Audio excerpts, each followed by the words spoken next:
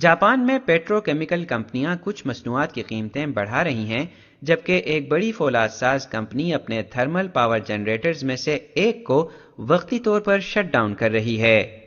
Mitsubishi chemical نے جمعرات کے روز اعلان کیا کہ وہ ان پیٹرو کیمیکل مصنوعات کی قیمتوں میں اضافہ کر رہی ہے جو گاڑیوں اور گھریلو آلات کے لیے بنائے جانے والے پلاسٹک میں استعمال ہوتی ہیں۔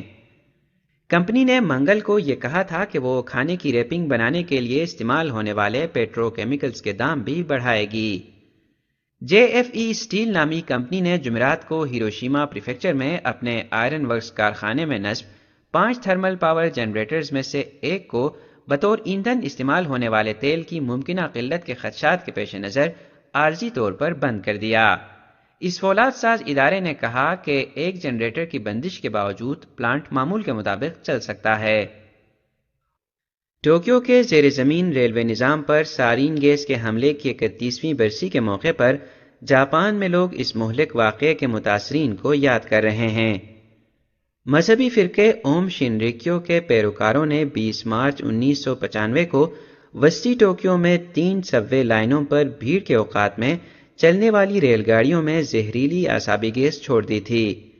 ان حملوں میں 14 افراد ہلاک اور تقریباً 6300 دیگر زخمی ہوئے تھے۔ جمعے کو کاسومی گاسیکی سب وے اسٹیشن پر عملے نے صبح 8 بجے کے قریب ایک لمحے کی خاموشی اختیار کی۔ یہ تقریباً وہی وقت ہے جب حملہ کیا گیا تھا۔ سوگوار لواحقین، سرکاری افسران اور دیگر نے اسٹیشن پر قائم سٹینڈ پر پھول چڑھائے اور دعا کی۔ وہاں آنے والوں میں تاکاہاشی شیزوئے شامل تھیں، جن کے شوہر کاسومی گاسیکی میں اسسٹنٹ اسٹیشن ماسٹر تھے اور حملے میں ہلاک ہو گئے تھے۔ انہوں نے کہا کہ اپنی دعاؤں میں وہ ہمیشہ اپنے شوہر کی روح کے تسکین کی تمنا کرتی ہیں اور انہیں اس بات پر تکلیف ہوتی ہے کہ انہیں اپنے شوہر کو یہ بھی بتانا پڑتا ہے کہ اوم شنریکیو فرقے کے جانشین گروپوں کی موجودگی کی وجہ سے حملے کے 30 سال بعد بھی متاثرین اذیت میں ہیں۔ 79 سالہ خاتون نے کہا کہ وہ محسوس کرتی ہیں کہ وہ معمر ہو گئی ہیں اور انہیں امید ہے کہ صورتحال جلد بہتر ہو جائے۔ مغربی ایشیا میں بڑھتے ہوئے تنازع اور توانائی کے اہم بنیادی ڈھانچے پر بڑے پیمانے پر حملوں کی وجہ سے عید الفطر اور نوروز کی خوشیاں مات پڑ گئی ہیں۔ خطے میں کشیدگی میں تیزی سے اضافہ دیکھا گیا ہے، جہاں اب جوابی حملوں کا سلسلہ صرف فوجی اہداف تک نہیں ہے بلکہ یہ حملے معاشی اثاثوں کو بھی نشانہ بنا رہے ہیں۔ متحدہ عرب امارات میں حبشان گیس فیسلٹی اور باب آئل فیلڈ جیسے اہم تنصیبات کو میزائل حملوں اور گرنے والے ملبے کے بعد عارضی طور پر بند کر دیا گیا ہے۔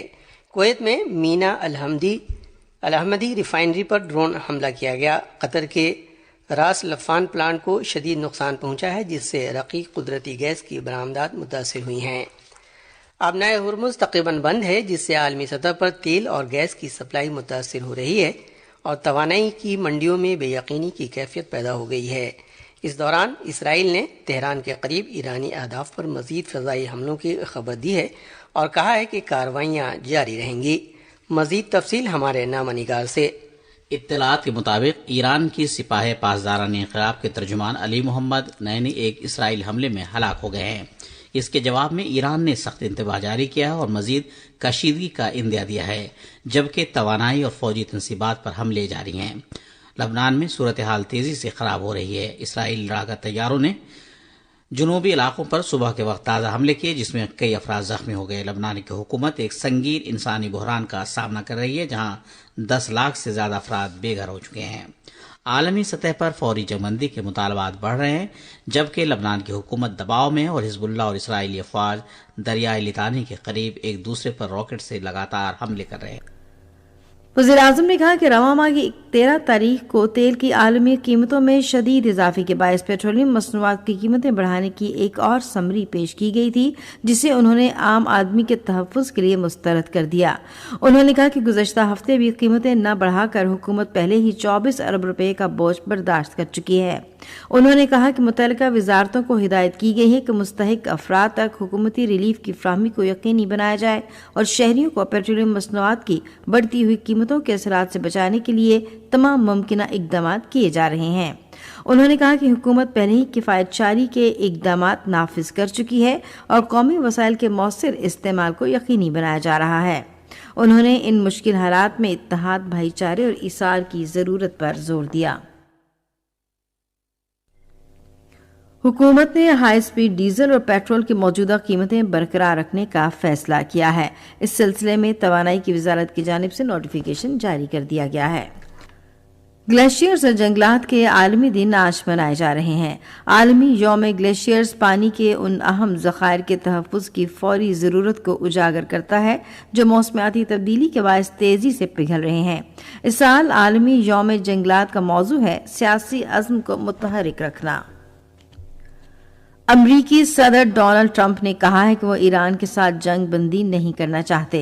وائٹ ہاؤس واشنگٹن میں صحافیوں سے گفتگو کرتے ہوئے انہوں نے ایران کے خلاف جنگ میں حمایت نہ کرنے پر نیٹو کو تنقید کا نشانہ بنایا۔ ادھر امریکہ نے تیل کی قیمتوں اور فراہمی پر دباؤ کم کرنے کے لیے ایرانی تیل کی خریداری پر عائد پابندیوں میں 30 روزہ چھوٹ کا اعلان کیا ہے۔ امریکی وزیر خزانہ اسکاٹ بیسن نے اس بات کا اعلان سوشل میڈیا ایکس پر اپنی پوسٹ میں کیا۔ اور اب موسم۔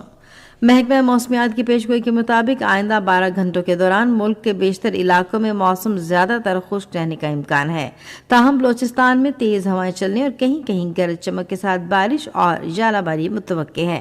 شام اور رات کے اوقات میں بالائی سندھ اور جنوبی پنجاب میں چند مقامات پر تیز ہوائیں چلنے اور گرج چمک کے ساتھ بارش کا امکان ہے۔ آج صبح ریکارڈ کیا گیا بعض شہروں کا درجہ حرارت: Islamabad 10 degree centigrade, Lahore 15، Karachi 24، Peshawar 13، Quetta 11، Gilgit اور مظفر آباد 9، جبکہ مری میں 4 ڈگری سینٹی گریڈ ریکارڈ کیا گیا۔ سری نگر، جموں، لیہ، پلوامہ، اننت ناگ، شوپیاں اور بارہمولہ میں مطلع جزوی طور پر ابر آلود رہنے کا امکان ہے۔